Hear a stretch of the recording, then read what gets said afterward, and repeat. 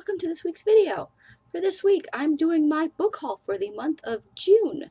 These are a stack of books from That Gigantic Thing in the hopes of lessening that gigantic thing. But we still have that gigantic thing. A little bit off camera, but you get the gist. There's some stacks there.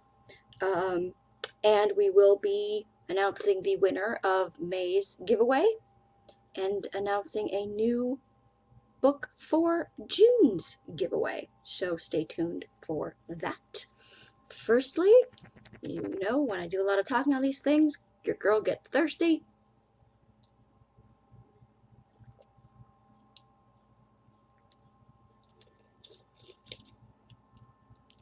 Just got back from my walk and it's a warm but not like really like crazy hot day, and it was lovely, and got home and took a nice cool shower. So I just thought we'd let things just sort of dry as they may, and probably by the end of this my hair will be dry. So let's get to the first book. Here is The Weight of Silence by Heather Gudenkauf. That's a beautiful cover. And we'll read the back blurb. It happens quietly one August morning. As dawn's shimmering light drenches the humid Iowa air, two families awaken to find their little girls have gone missing in the night. 7-year-old Callie Clark is sweet, gentle, a dreamer who suffers from selective mutism brought on by tragedy that pulled her deep into silence as a toddler. Callie's mother, Antonia, tried to be the best mother she could within the confines of marriage to a mostly absent, often angry husband. Now, though she denies that her husband could be involved in the possible abductions, she fears her decision to stay in her marriage has cost her more than her daughter's voice. Petra Gregory is Callie's best friend, her soulmate, and her voice, but neither Petra nor Callie has been heard from since their disappearance was discovered. Desperate to find his child, Martin Gregory is forced to confront a side of himself he did not know existed beneath his intellectual, professional demeanor. Now these families are tied by the question of what happened to their children, and the answer is trapped in the silence of unspoken family secrets. So, this was totally a cover buy. I think this cover is just, there's something very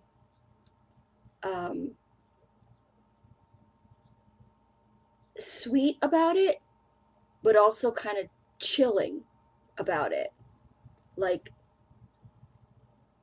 what is this charm that she's holding? And like, why is she holding it in her hands? And why is she holding it behind her back like she's hiding it? And just, yeah, there's something very like sweet, homey, innocent, and I think that's why it makes it so chilling at the same time. There's something very creepy about this cover.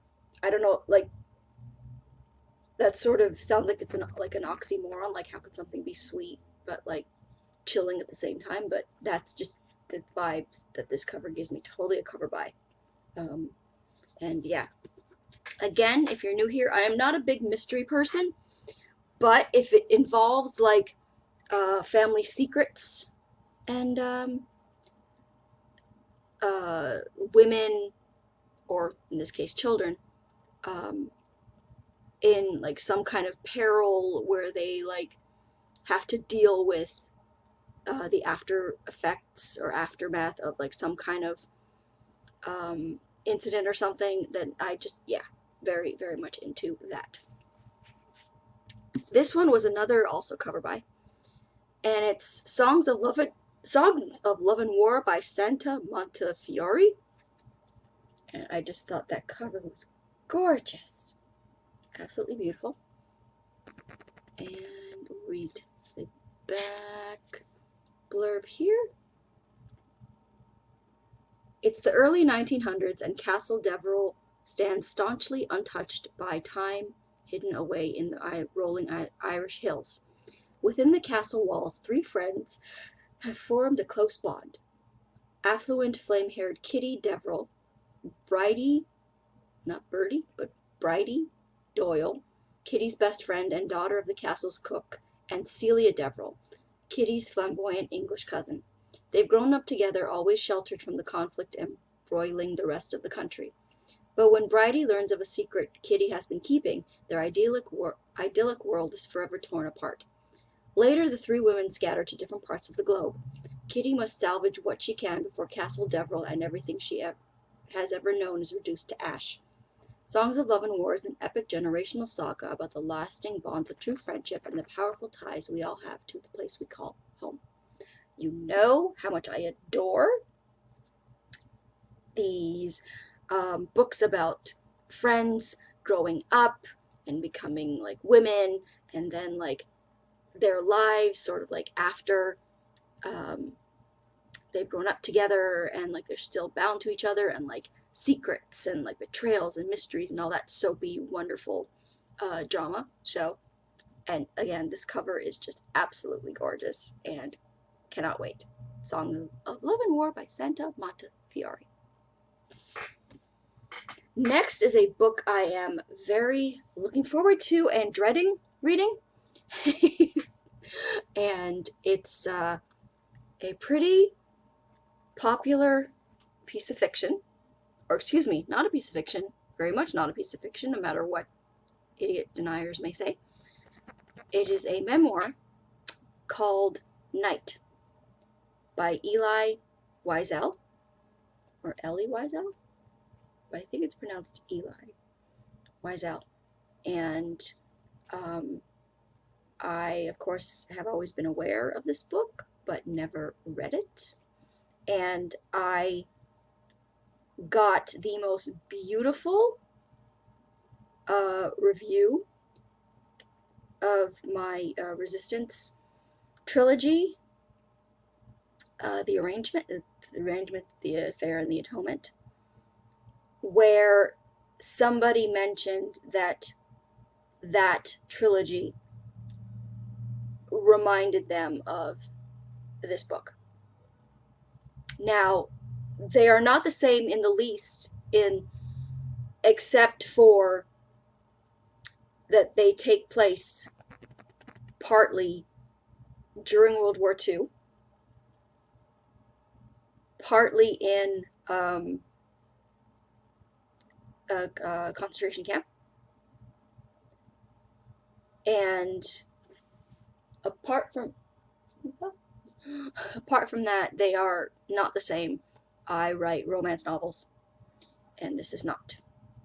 But in terms of the subject matter, I will accept that very lovely, lovely compliment that my Resistance trilogy reminded her of this book.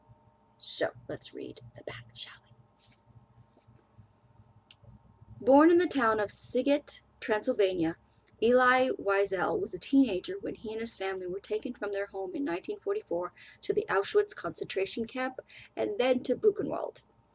Night is the terrifying record of Elie Wiesel's memories of the death of his family, the death of his own innocence, and his despair as a deeply observant Jew confronting the absolute evil of man. This new translation by his wife and most frequent translator, Marion Wiesel, corrects important details and perhaps presents the most accurate rendering of English of Elie Wiesel's testimony to what happened in the camps and of his unforgettable message that this horror must never be allowed to happen again. You know what I'm talking about. And the fact that it has the potential to happen again is so abhorrent to anyone with a conscience. I cannot wait to read this book. Absolutely cannot wait to read this book. It's very short. It's a short memoir. Like, what? Goodness heck. His speech, his Nobel Peace Prize accepting speech is in here as well. 115 pages. 115 pages, not counting the speech. The speech brings it to 120. So, are there notes? Yeah, there's a foreword. There is a foreword. There is a preface. The preface is by Eli Wiesel. So yeah, cannot wait to read this. Next we have the classic Tess of the D'Urbervilles by Thomas Hardy. I have heard about this book. I have heard about things that happen in this book. I am very much looking forward to reading it. And, the print is tiny! Like, that is some tiny, tiny print. I will be needing my reading glasses for this one. So, yeah, let's read the back.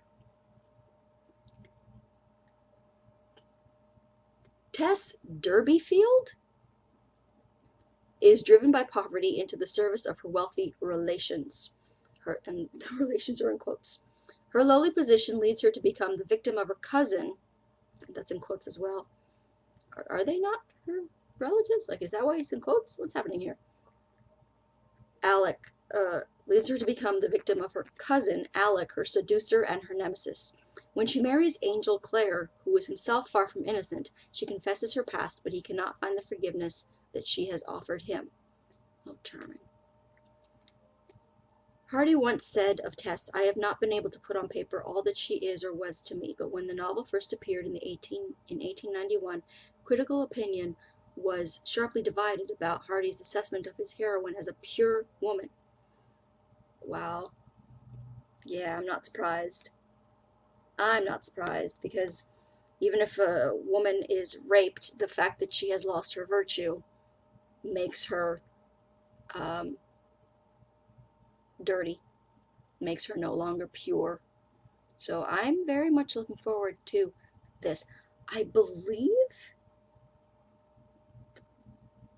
unless I'm confusing it with another novel, I believe I know what happens in the end, but it doesn't, like, I still want to read it. That's the thing, like, for certain books, I kind of welcome knowing what happens in the end, because it prepares me, but I still want to read the story. I still want to read the journey of the characters and how that they get to that point in the story. So let me just take another drink of water here.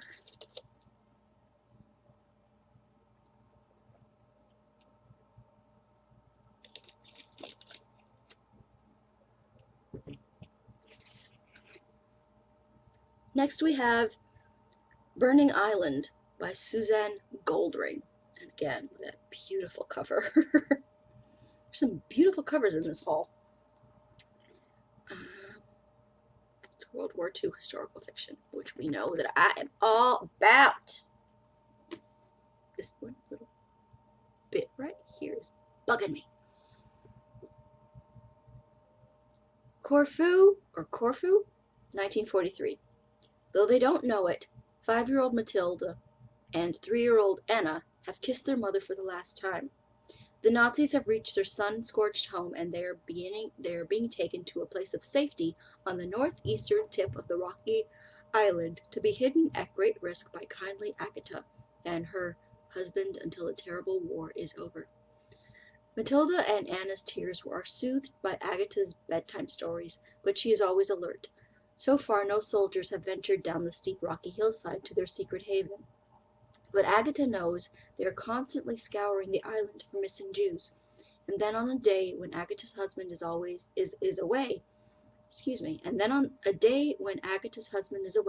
a German soldier appears. 2016. Under a baking sun, Amber and her husband arrive in Corfu from England, hoping for a fresh start. But not everyone is pleased by their arrival, and with the pressures of pregnancy, the couple grow further apart.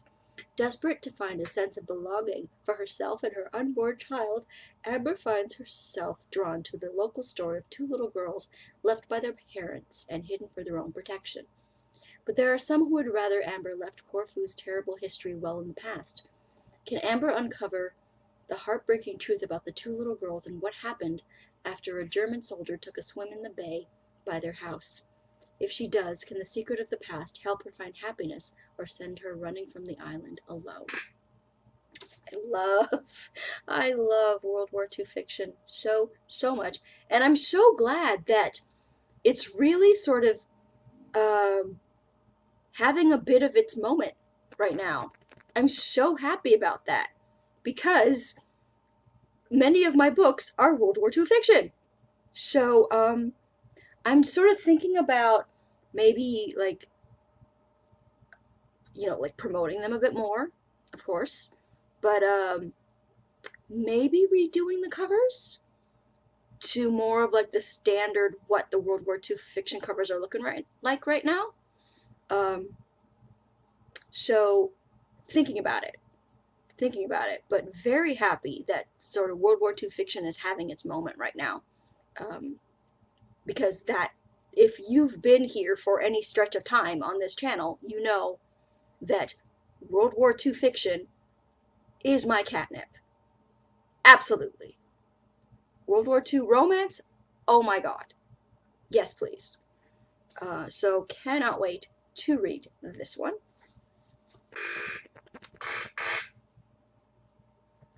Speaking of World War II fiction, we have one of my favorites, Pam Jenoff with The Lost Girls of Paris. I absolutely love her book, The Diplomat's Wife. It is on my keeper shelf. It is one of my favorite books of all time.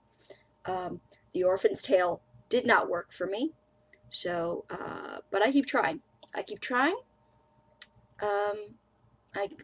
willing to keep trying because Pam Jenoff is such a fantastic writer. The writing is not the problem. I just didn't like the plot choices that were made in The Orphan's Tale. Let's just say. But she's an exquisite writer. So let me read the back blurb of this one. She's blurbed by Jessica Shattuck, who wrote The Woman in the Castle, which I hated that book. I hated that book with the power of 1,000 fiery suns. But that's okay. That's okay. Again, it was a well-written book. I just did not like the plot choices that were made. Decisions were made that I did not agree with in that book as well. But let's read the back blurb for this. Or, in the type of books, the blurb is sort of always in the inside sleeve. 1946, Manhattan. One morning, while passing through Grand Central's terminal on her way to work, Grace Healy finds an abandoned suitcase tucked beneath a bench. Unable to resist her own curiosity, Grace opens the suitcase where she discovers a dozen photographs, each of a different woman. In a moment of impulse, Grace takes the photographs and quickly leaves the station. Grace soon learns that the suitcase belonged to a woman named Eleanor Trigg, leader of a network of female secret agents who were deployed out of London during the war. 12 of these women were sent to occupied Europe as couriers and radio operators to aid the resistance, but they never returned home. Their fate's a mystery. Setting out to learn the truth behind the women in the photographs, Grace finds herself drawn to a young mother-turned-agent named Marie, whose daring mission overseas reveals a remarkable story of friendship, valor, and betrayal. Oh, cannot wait. Cannot wait to read this one. And I really hope that it turns out to be another Diplomat's Wife level of chef's kiss and not a I want to throw you out the window and burn you, The Orphan's Tale. So, we shall see. We shall see what happens with this book. Next we have another classic, Alice Walker's The Color Purple. Adore the movie. Adore the movie. Never read the book. So I thought, let's change that, shall we? In case you don't know, The Color Purple was made into a movie starring Whoopi Goldberg, Oprah Winfrey, Danny Glover, and a whole host of insanely talented people. But let's read the back blurb. Dear God, I am 14 years old. I have always been a good girl. Maybe you can give me a sign letting me know what is happening to me. So begins Alice Walker's touching, complex, and engrossing prize-winning novel set in the harsh, segregated world of the Deep South between the wars. Celie has been raped by the man she calls father. Her 2 children are taken away from her. She has been forced into an ugly marriage. She has no one to talk to but God. Then she meets Shug Avery, singer and magic woman. Celie discovers not the pain of female rivalry, but the love and support of women. I love this movie so much, and I cannot wait to read this book. Oof, very much looking forward to that. Again, another favorite auto-buy, absolutely love her books so very much. We have Kate Morton's The Secret Keeper. Now, I believe it is my friend Becky from Becky's Book Reviews who has a review of this book. I know she has a review of I know she's reviewed a Kate Morton book before, and I know she has a new one actually coming up. I think it's going to be The Lake House that she's reading now, but that should probably be up by the time this video goes up. But she has a previous Kate Morton review up, and I think it's to The Secret Keeper. But she's very good with her reviews in that, for the most part, she manages somehow to stay spoiler free and still keep the review like interesting and makes you want to read the book. And the way her BookTube channel works is she specifically does book reviews. She doesn't really do like the BookTube kind of like typical stuff. She, for the most part, her videos are dedicated a video about one book, one review, and that's the video. But I believe that The Secret Keeper is one of the books that she has reviewed in the past. And I haven't read this one yet. And hello, it's signed by the author. I did not realize. How did I not? Where are you? Where are you signed by the author? Oh my god, did I forget this? Oh, I love her book so much. Okay. During a picnic at her family's farm in the English countryside, 16-year-old Laurel Nicholson witnesses a shocking crime. A crime that challenges everything she knows about her adored mother, Dorothy. Now, 50 years later, Laurel and her sisters are meeting at the farm to celebrate Dorothy's 90th birthday. Realizing that this is her last chance to discover the truth about that long-ago day, Laurel searches for answers that can only be found in Dorothy's past. Clue by clue, she traces the secret history of 3 strangers from vastly different worlds, thrown together in war-torn London. Dorothy, Vivian, and Jimmy, whose lives are forever entwined. A gripping story of deception and passion. The Secret Keeper will keep you enthralled to the last page, I have no doubt. I cannot wait to read this book.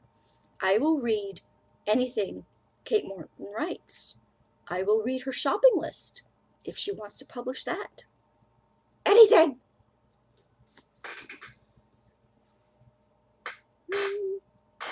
See, next we have another cover by, and it's Frances Itani, Deafening. And that is a beautiful cover. Like, oh my god. Winner of a Commonwealth Writers' Prize. And it's supposedly a Harper Perennial modern classic. Set on the eve of the Great War and spanning 2 continents, Deafening tells the story of Grania, a young deaf woman who falls in love with Jim, a hearing man.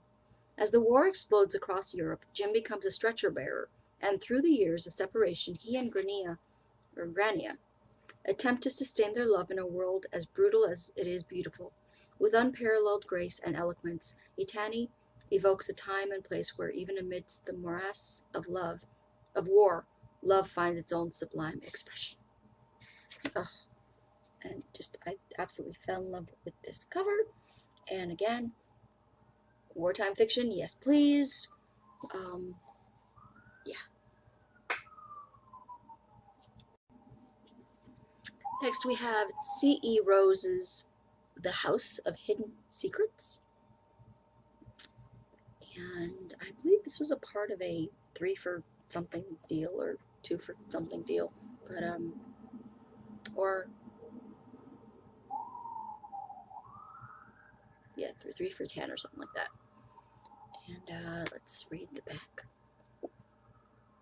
After Serena Green moves into Ramsey Hall, working as a housekeeper for wealthy widower Hayden Ramsey, she is fascinated by the ancient sprawling mansion in northern England. While Serena and her daughter Lana start a friendship with Hayden's sons Hugh and Jack, the cracks begin to show as Jack's behavior grows strange. What is he guilty of? And is there more to their mother's death than the Ramsey men will admit, even to themselves? Serena soon discovers the beautiful house hides many ugly mysteries, and what are her own dark secrets? The truth might bring the walls crashing down. Again, absolutely love family secret mystery type books. Cannot wait to read this book. Very excited. Next, we have, I think that was part of a 3 for 15 or something like that, but next we have An Unorthodox Match by Naomi Reagan. Now, I adore Naomi Reagan's books. One of her books, Jeffite's Daughter, I believe it is. Yeah, Jeffite's Daughter by Naomi Reagan is on my keeper shelf, and I am always on the lookout for more books by her. But they can be somewhat hard to find because she just writes fantastic Jewish fiction, like set like in the Jewish world and like clashing with like the secular world, and just I don't know what it is about that dynamic that is so interesting to me and always has been. And I think it bleeds into my love of World War II fiction. But I have always loved sort of that genre, and I have loved her books. I do not like this cover. I am not a fan of illustrated cartoon. I am not a fan of cartoon covers. Just no. And because they all, like, cartoon covers, if you're gonna use them, should only be used for rom-coms, for romantic comedy books. But they're like, because this looks like a romantic comedy book, and I know that Naomi Reagan does not write romantic comedies, so this is annoying. I hate these covers. But let's, okay, I'm gonna read the back blurb, and you're gonna tell me, does this cover match the back blurb? California girl Lola has her life all set up. Business degree, handsome fiance, fast-track career. When suddenly, without warning, everything tragically implodes. After years fruitlessly searching for love, marriage, and children, she decides to take the radical step of seeking spirituality and meaning far outside the parameters of modern life in the insular, ultra-Orthodox enclave of Borough Park, Brooklyn. There, fate brings her to the dysfunctional home of newly widowed Jacob, a devout Torah scholar whose life is also in turmoil, and whose small children are aching for the kindness of a womanly touch. While her mother direly predicts she is ruining her life, enslaving herself to a common community that is a misogynistic religious cult, Lola's heart tells her something far more complicated. But it is the shocking and unexpected messages of her new community itself that will finally force her into a deeper understanding of the real choices she now faces and will ultimately decide her fate. Like, you could say that maybe this cover matches because she's changing her life and like going into like a new direction of her life. But no, this does not read like a romantic comedy. So no, on this cover. But yeah, I'm just going to ignore the cover and just immerse myself in the fact that it is Naomi Reagan. And I love her writing. I'm very much always on the lookout to try and read her entire backlist and new books that she's releasing. This one was written in, like she has a play too called Women's Minion, a play. But this one was written in 2019. So yeah, I am so looking forward to exploring her backlist and reading more from her as she continues to release books. And next we have Lisa Genova, Every Note Played. And it's, thought I had an Instagram cover there, but no.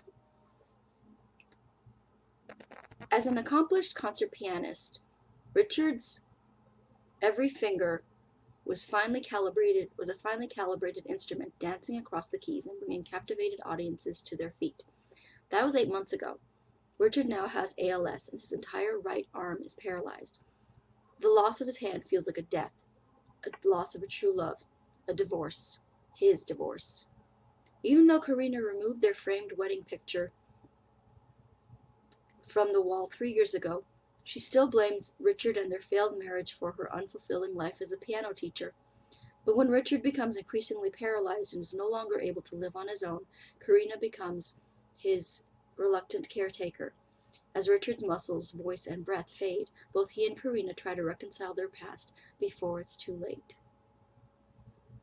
Inspired by Richard Glatzer, the co-director of Still Alice, who died of ALS just after Julianne Moore won her Oscar, Every Note Played is Lisa Genova's most intensively researched and emotionally resonant novel yet. And yeah, I remember reading about or hearing about that movie Still Alice.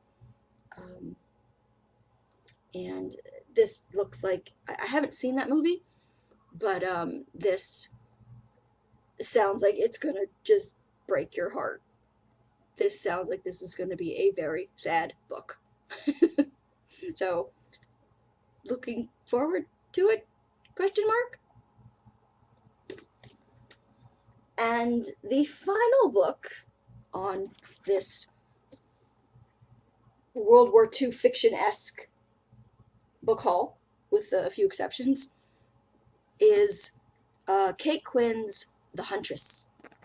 Now, I think it's the Code Network that I read of hers before.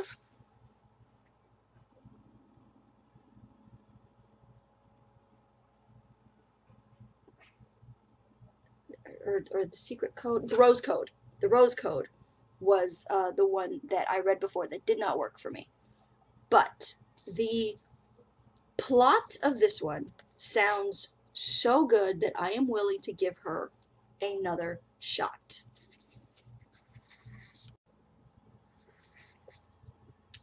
Bold, reckless Nina Markova grows up on the icy edge of Soviet Russia, dreaming of flight and fearing nothing.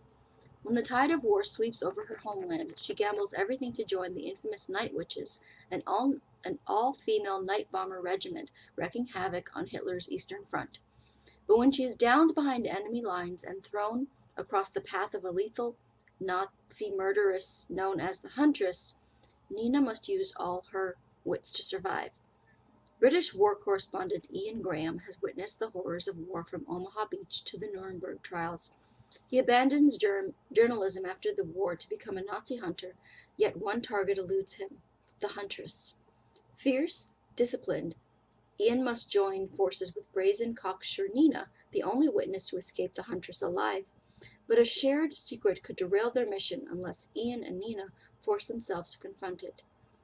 17-year-old Jordan McBride grows up in post-World War II Boston, determined, despite family opposition, to become a photographer.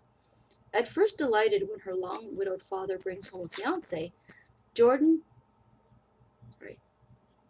grows increasingly disquieted by the soft-spoken German widow who seems to be hiding something. Armed only with her camera and her wits, Jordan delves into her new stepmother's past and slowly realizes there are mysteries buried deep in her family. But Jordan's search for the truth may threaten all she holds dear. Very much looking forward to this one. I really, really hope that I enjoy it, because if I don't, then I think I'm just going to have to accept the fact that Kate Quinn is just not the author for me, and I will be sad about that because her plots sound really fantastic, but it's just, for the Rose Code, I think it was just like the writing sort of style just didn't work for me. Hopefully this one will work better, I hope, but yeah, so looking forward to this one. And I know that's going to fall if I put that there, so I'm just going to leave it here. So for the winner of last month's giveaway, which was, I'll just grab it here, which was a copy of Outlander Book 2 by Diana Gabaldon, Dragonfly and Amber. The winner for that is Nancy Jackson. So I'm going to leave my email in the description for this video, and then the winner will just email me her mailing address, and I will get this out to her ASAP. So for this month's giveaway, I'm giving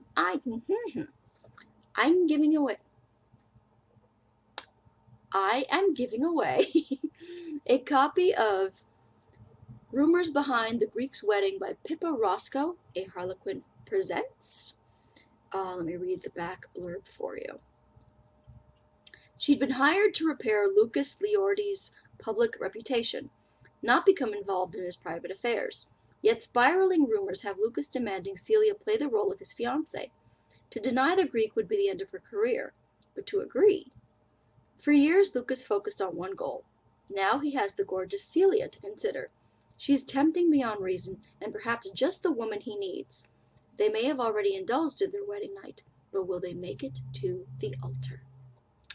So, I adore me some Harlequin Presents. So if you would like to be entered to win this book, just let me know in the comments down below. And then make sure that you're subscribed, because I will be picking the winner for this book in July's book haul. So you definitely have to make sure that you watch July's book haul to see if I announce you as the winner. So yeah, I think that's going to be it for this week's video. And let me know if you read any of these books, if you enjoyed them, and which you think I should read first which you are most excited about my reading and would like to hear my thoughts on. And yeah, I think that's going to be it for this week. Follow me on Twitter at twitter.com/authorejamie. Like my Facebook page at facebook.com/authorejamie, and I will talk to you guys next time. Bye!